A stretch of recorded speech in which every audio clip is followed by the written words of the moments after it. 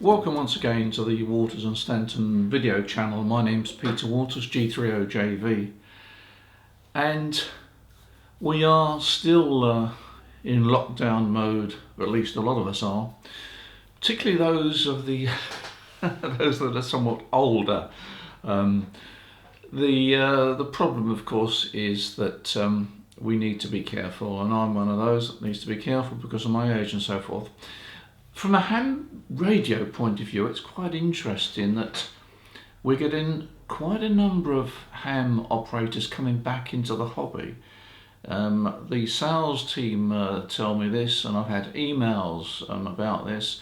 Guys that have been off the air for 20-25 years have come back into the hobby. I suppose it's no different from other hobbies, really. I'm sure that whatever your hobby is, there is a measure of those that drift out of the hobby and then later in life come back. And I mean, you know, we've all had the problems of bringing up a family, moving house, lots of work and so forth. And so the hobby tends to get pushed to one side, and eventually the bits and pieces get locked up in a cupboard, and when you open the cupboard you find that they either don't work, or you can't remember how they work, or you haven't got the handbook, you haven't got the leads to the interconnection and everything. So, you know, we've all been down that road at some time, I'm sure.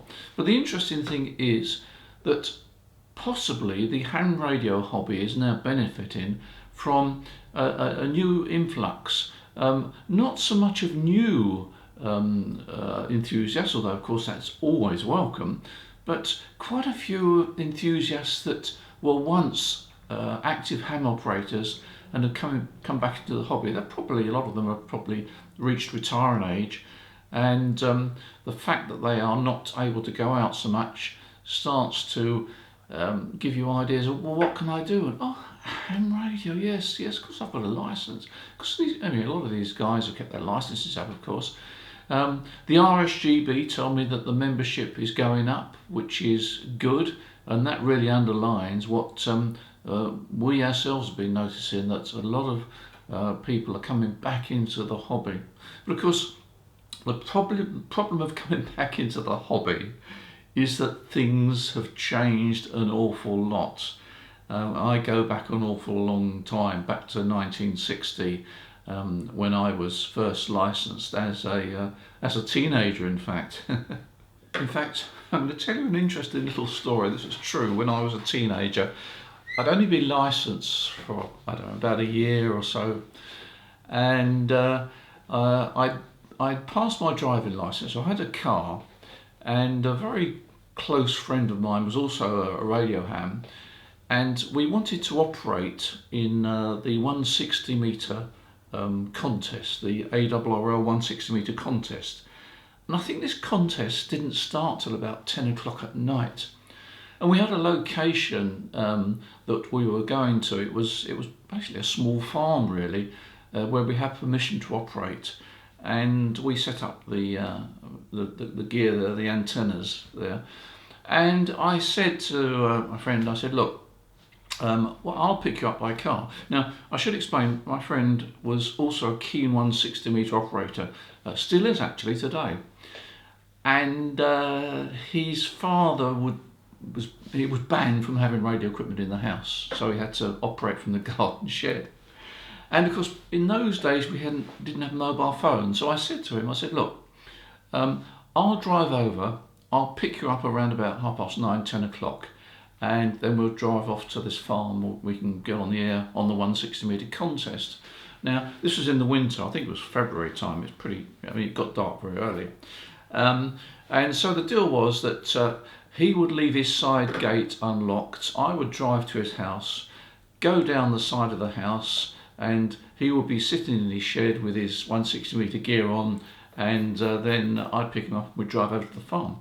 So that seemed fine, and I got into my car and drove over to his house, parked outside, and went to the side gate, and to my surprise, the gate was locked. I couldn't open it.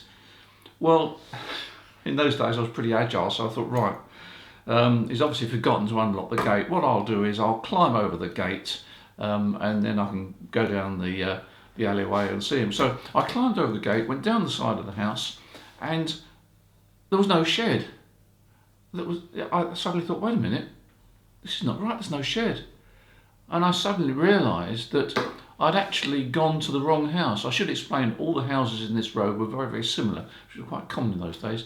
I'd actually gone to the house next door. So, fortunately, the gate was only bolted. So I then went out through the gate, went next door and picked him up, and off we went to the 160 metre contest. So there we are, fun and games in those days. The things that would shock me now if I had been off the air for a long time would be all the differences. A number of the operators that are coming back into the hobby left the hobby when valves were still the basis of all equipment, both receivers and transceivers. In fact, some of them may have left the hobby before we even had transceivers. But certainly valves were the basic diets. KW Electronics were a big manufacturer in the UK. They were one of the first manufacturers to produce transceivers. And then of course the Yaesu FT101 came along, and that was rather like the IC7300 of today, but of course it was a very heavy radio. I lifted one up the other day. I was amazed how heavy it was. They were all valves, and the valves were the diet for well into the 90s really, until we started to go over to solid state. So operators coming to the hobby now will find that everything is solid state. Gone are the Pi network PA systems which you had to adjust, and even most of the amplifiers now, not all of course, but most of the amplifiers now are solid state as well. So if you're a new operator coming back into the hobby, where do you start? Well, I suppose in some respects there's quite a small choice really. If you have been off the air for a long time, it's quite probable, but not certain, that you may have been an HF operator, and therefore you probably want to get back into the hobby using the HF bands that you are basically familiar with, although maybe even some new bands now that didn't exist when you were first licensed. The flavour of the month really for an HF radio is the IC7300 from Icon. It's a lovely radio. It covers HF bands 6 metres, and also it's got 4 metres on it. So that is a radio that I would thoroughly recommend if you're getting back on the air. If you want to spend less, then take a look at the Yaesu FT450D. Another very nice radio that's been around for a long time. Got a built-in antenna tuner, and it will certainly get you on the air on all bands up to 6 metres. So they're the two radios that come to mind for HF operation. Yes, I know there are others, but they are ones that are very popular and certainly do the job. There is another alternative, and that is the FT991A. Now the FT991A is a very good radio, and the good thing about that radio is it covers all bands from 160 through to 70 SEMS, and it gives a very good account of itself on the VHF bands as well. It doesn't cover 4 metres, by the way, but it is a sort of DC to light radio that will get you on the air on the HF bands. It'll allow you to get onto the VHF bands if you want to work into repeaters, which may be new to you as well. If you want to work into repeaters, you can do that, and it's also got the digital mode on it for the VHF bands. Antennas.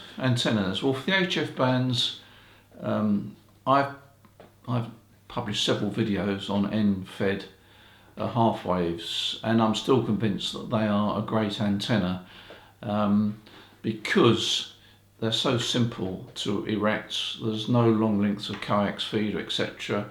They work extremely well on multi-bands.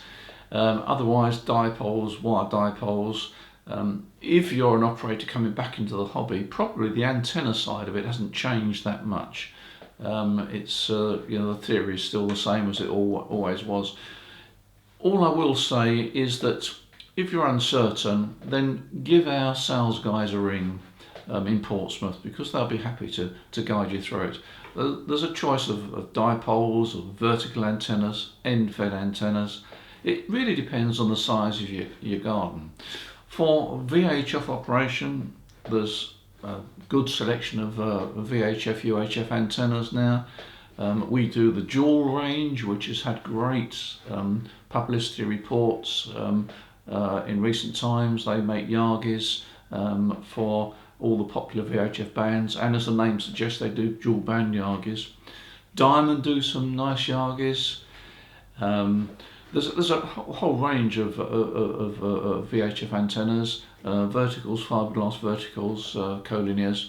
Go on our website and you'll see the selection there. But again, if you're not sure, give our sales guys a ring. If you're coming back into the hobby, I hope this video has sort of given you a few pointers in which direction to go. Certainly things have changed in recent years.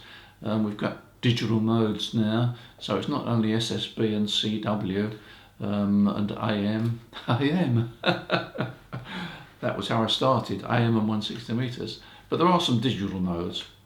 So if you're thinking to come back into the hobby and you're still not quite certain, give our sales guys a ring. What I would say is that all our sales guys are advanced operators. They've been in the hobby for many years, and they'll be more than happy to talk to you about antennas or equipment and guide you through what may seem a maze. But I hope I've helped to break down some of the barriers. So thank you for watching this video. I hope it's been useful. If it has, please press subscribe, because we are doing these videos fairly regularly now, covering all sorts of topics. Suddenly a topic pops up and people ask questions, you think, oh yeah, perhaps we should cover that. Remember, keep safe, enjoy the hobby, and if you are coming back into the hobby, welcome. And until the next time, bye for now.